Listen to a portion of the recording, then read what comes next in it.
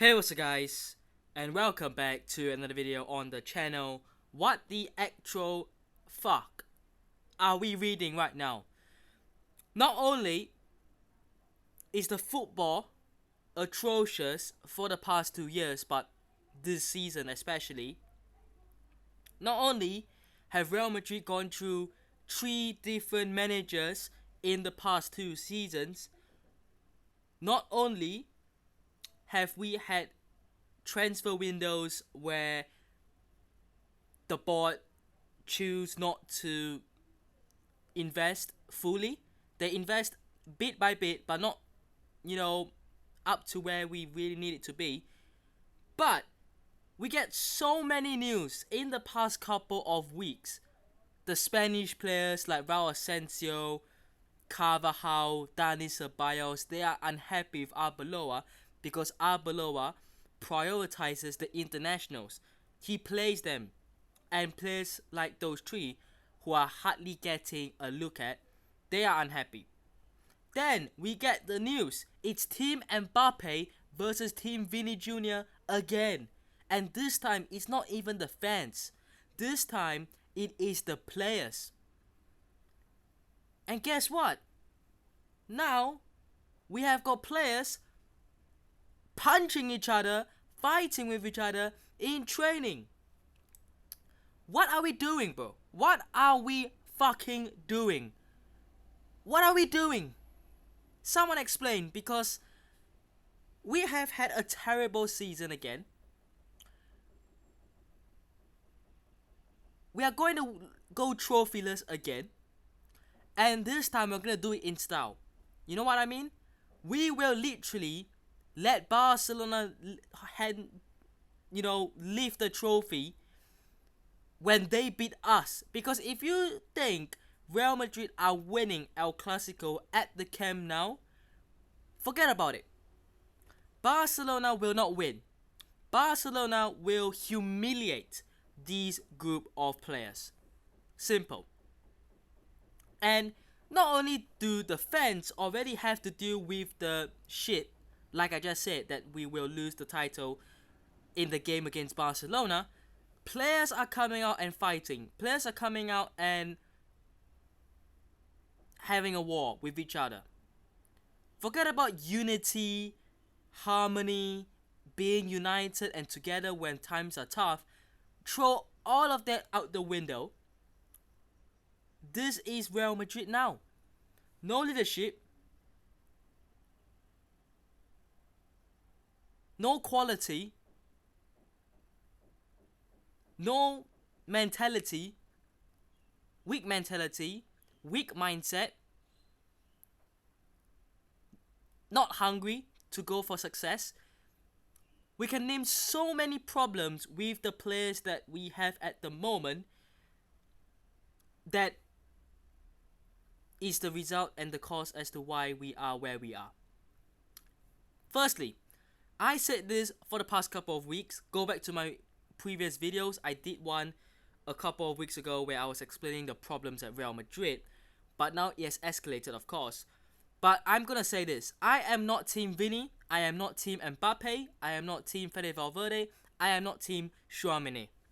I am not here to pick a side and say he's the right one, he's correct, he's wrong, blah blah blah. I have no intentions in picking and choosing a side, because that has no benefits to resolving the issues, because they are both in the wrong and everyone involved is in the wrong. Everyone has had their share of problems and their share of mistakes, and just in general they have been terrible and they have been part of it. There as a squad, there's a group, everyone part of this group has to take responsibility. And I don't know fully what the situation is, how it escalated to a fight, but this is the first one. This came out on, I believe, Wednesday, right? So this came out a day and a couple of hours ago. So I'm recording this on the Friday and uploading this on the Friday. Tchouaméni and Valverde had a fight in training today. This was Wednesday. They almost physically fought, and it got more intense in the locker room. Real Madrid are in a state of tension. The emotional strain is very big to the point where some players do not even speak with each other. This came up from Marca. Look, say what you want about Marca, how reliable they are, and whatever, but it did happen. I will get into it right now, but I want to say this, right? I want to say this. Let me just go to the Madrid Extra page. I want to say this, right? So that was the first one. Then we had another one where it came out. It came out yesterday. Here, okay. So breaking, Tchouaméni and Valverde got into another fight today, and it was worse than yesterday. Valverde had to go to the hospital. The club is now holding an emergency meeting to consider taking action. This came up from Marca again. And then we had this. Real Madrid's plan is to give Valverde and Tchouaméni the maximum sanction possible. The fight is described as the biggest confrontation in Valverde's history. That is where the players train. Valverde got stitches after the fight with Tchouaméni. Arbeloa went with him to the hospital. By the way, Valverde suffered a really big a big one, because he is out for like 2 weeks, and I would assume that Tchouaméni is going to be sanctioned and banned from playing the next game or more, which means no Valverde, no Tchouaméni, no everyone. Let's just forfeit the game. Let's not even go to the game. Okay? Call the team bus off. Call everyone off. You know, just stop. And then, this is sort of a description on what happened. Tchouaméni knocked out Valverde consciousness with a hard punch. He fell and cut his head. He left training in a wheelchair after his fight with Tchouaméni. Before training, Tchouaméni went to shake hands with Valverde to solve things from what happened the day before. Valverde refused the handshake. During training, Valverde made some violent tackles and was provoking, which led to a serious fight. Valverde kept accusing Tchouaméni of leaking their fight yesterday to the press. Tchouaméni kept telling him to stop, even in a calm manner, but Valverde kept going and going and going. So, you might immediately jump and say, oh, it's Valverde's fault. Or you might immediately jump and say it's Aurélien Tchouaméni's fault. Like I said, I am not here to debate about whose fault is it. I think they're both at fault, right? We don't know if what is said about Valverde is true. We don't know that he did make violent tackles. He did provoke Tchouaméni throughout and after the training session. And we don't know that, you know, Tchouaméni was basically agitated, right? And I'm not suggesting that Tchouaméni did it out of no reason, but I'm just saying, you know, to play that devil's advocate, it is a possibility. Valverde, for me, is someone who is not a captain material player. The only reason Valverde is captain is because of his seniority, because he has been here pretty much the longest apart from Carvajal, and that's how it's given. But if you were to ask me, you can pick any players at the club and let them be captain. I would pick Thibaut Courtois over Valverde, for sure. I would pick Rudiger, obviously Carvajal. Would I pick anyone else? Maybe not. But Valverde isn't the one. Okay, maybe he's top 3, maybe he's top 5, but ultimately he's not top 1, and I think that is clear. You need leadership, you need players who have been there, done that, who have been through the rough patch, who are able to communicate verbally and non-verbally to the teammates on and off the field. You need someone who can take charge and leadership and ownership of what's happening. I'd rather a player come out and lie and say, I'd rather a player come out and say we need to be better than lie. Let me just say that. Because so many times, you know, players, managers, footballing people, they come out and they tell a fake lie, and they try to, treat fans like 3-year-old kids. But Fede Valverde isn't a liar, but he doesn't have the communication that I would expect a Sergio Ramos, a Luka Modric, a Toni Kroos, a Carvajal, a Nacho, a Benzema. Those guys walk into the room and everyone's silent. Everyone's shut. No one dares say a single word. And for the past 2 years, past 3 years, past 4 years, Real Madrid have become less and less successful because more and more leaders have gone. Ramos gone. Benzema gone. Nacho gone. Kroos, Modric gone. Carvajal is going to leave as well.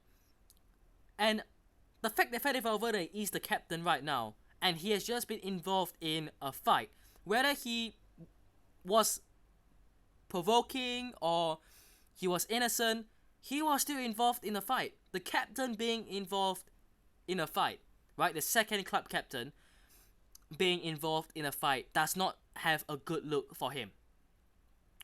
Tchouaméni is a different story because he's not a captain, or he's not the captain, although I expect captain-like behavior from him as well. He's an experienced player, he's in his 20s now, and I expect better from him as well, for sure. They are both wrong. Both of them are wrong. And this has sparked a debate, right? A conversation. Will Real Madrid now sell Tchouaméni because of what's happened? Because Fede Valverde, realistically, he's not going to leave. And I support that. I think we should keep Fede Valverde and build the midfield around him. But I also want to say this. We should also keep Tchouaméni because he is the most important piece to that midfield, ironically, other than Fede Valverde. And for two of the more important players, not just in the midfield, but in the whole team, to have a fight and altercation like this is absolutely disgraceful on the part of themselves, but also the reputational image of Real Madrid. It shows, it tells you what the fuck is going on at the club right now. Florentino Perez, I'm looking at Florentino Perez. I think he fucked it all up. He messed it up. He brought Mbappe in because of his own wants, not because of a need, because of his own wants. He didn't properly reinforce in positions that we were looking at. He was only looking at free agents, free signings. He didn't back the previous two managers in Ancelotti and Xabi Alonso to the maximum capacity that you should be backing your managers. And ultimately, what has happened here is player control has risen by 500% at the club. Manager control has lowered down by 500%. And the president has gone in and said, players, I will sack on the managers as long as you perform. If you give the players that trade-off, that power, then you are not a person capable of running a football club. And we are talking about Florentino Perez, right? One of, if not the greatest Real Madrid president in history. Success-wise, he's the most successful. But my word, how has he done this?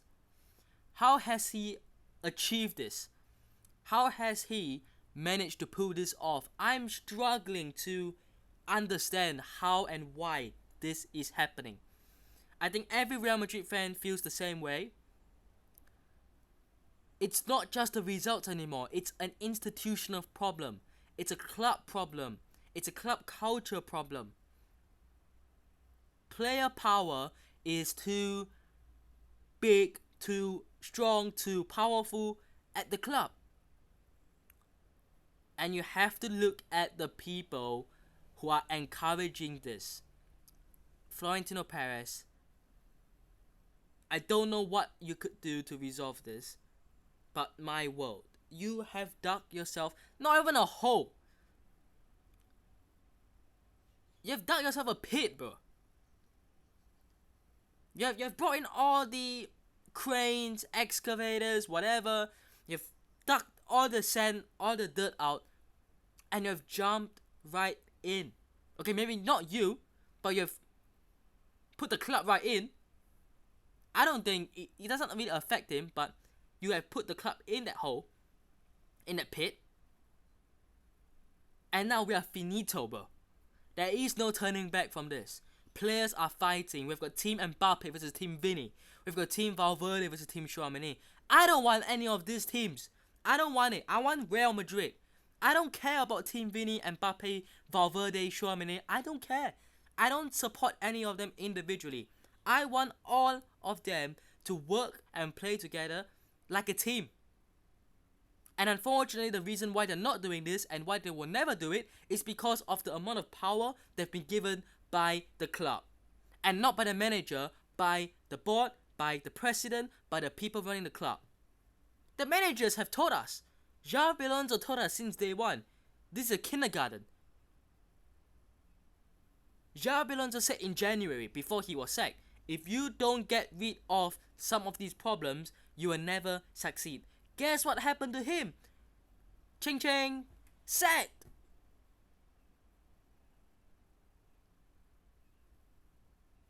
I'm gonna end it here because I don't want any more of this. I don't want to do the preview. I don't think I'll do a review. I just want the season to end now. Please, end the fucking season, bro.